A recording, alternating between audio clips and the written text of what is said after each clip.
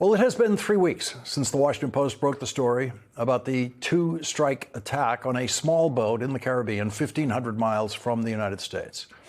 It was the first Donald Trump-ordered attack on small boats powered by outboard motors, open boats, that Donald Trump's Secretary of Defense suspected to be carrying drugs bound for the United States. The first missile to hit the boat destroyed the boat and killed 9 of the 11 people on the boat. 2 men clinging to the wreckage were then killed by a second missile. It is the second missile that is the focus of most attention. But NYU law professor and former Pentagon lawyer Ryan Goodman says that none of the killing ordered by Donald Trump and Pete Hegseth in the attacks on those small boats in the Caribbean is legal. Ryan Goodman says it is, quote, just murder. The Washington Post and the New York Times have new reporting today on how the decision was made to kill the 2 men who survived the first attack. The Post reports in the minutes after U.S. forces attacked a suspected drug smuggling boat near Trinidad, Admiral Frank M. Bradley, the commander overseeing the operation, faced a choice.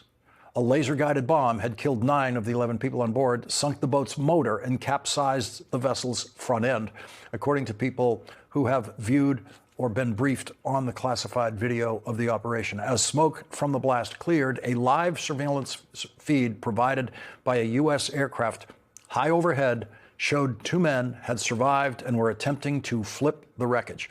The video feed showed that the 2 men were struggling to stay atop the flotsam, which people who've seen the footage described as roughly the size of a dining room table.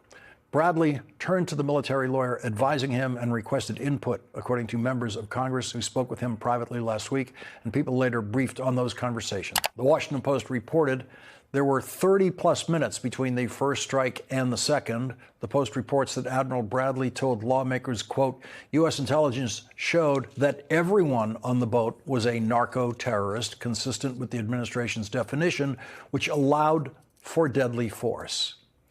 That is the legal question here. What in American law allows for deadly force in this situation? Most legal experts say the answer to that is nothing in American law allows for deadly force in this situation. Admiral Bradley consulted with a military lawyer before ordering the second deadly strike. The Post reports there was dissent in the operations room over whether the survivors were viable targets after the first strike, according to 2 people. What the lawyer advised, though, and whether they rendered a definitive opinion remains unclear. The Post reports that Admiral Bradley told members of Congress that he wasn't trying to kill those 2 men. Welcome back, guys. This story is honestly one of the most shocking and disturbing things we have heard in a long time. When you hear that US military carried out a strike on a small boat in the Caribbean, you expect the usual explanations: danger, threats, national security. But the more details come out, the harder it becomes to understand how anyone could think this was legal, let alone justified. The operation was ordered when Pete Hegseth, Donald Trump's Secretary of Defense, approved a strike on a boat suspected of drug trafficking. The first missile hit the boat and destroyed it, and that already raises questions. But what's getting even more attention now is what happened after that, the second missile. 2 survivors were clinging to the wreckage, unarmed, injured, and clearly no threat at all. Instead of attempting a rescue or even assessing the situation, the commander in charge, Admiral Frank Bradley, approved another strike. That second missile killed those 2 survivors instantly. When you hear legal experts talk about this, you realize just how serious this situation is. Rand Goodman from NYU, who has actually worked inside the Pentagon, didn't even try to soften his words. He said it plainly. This wasn't legal, and he called it just murder. And when someone with his level of experience uses this kind of language, this isn't some gray area debate. According to most experts, there is nothing under American law that allows deadly force here. These people were not invading the United States, they are not attacking anyone, and they were not armed in a way that posed any immediate danger. In fact, the boat wasn't even headed for the US. New reporting shows it was going toward Suriname, which makes this already questionable operation even more confusing. Most drug routes in that region don't even target the United States, they go to Europe or West Africa. So, if the boat wasn't coming to the US, wasn't threatening the US, and was not posing any danger to the people attacking it, then what actually was the justification for killing them? And that is where Admiral Bradley's decision becomes even more terrible. According to reports, there was internal disagreement before the second missile was launched. A military lawyer was present, and people inside the chain of command raised concerns. But Bradley pushed ahead anyway. His explanation was that he wasn't targeting the survivors. He was targeting the wreckage because there might be dangerous underneath it, and maybe the survivors could call for help, or maybe they could somehow sail the broken wreckage to shore. These explanations don't make sense in any real world scenario. The wreckage was too small and too damaged for anyone to sail. The survivors were injured, exhausted, and barely holding on. And even if drugs had been under the debris, debris that still does not justify killing people who were clearly trying to surrender for simple survival. When what makes this even more confusing is that House Speaker Mike Johnson tried to defend what happened by claiming there was another vessel nearby.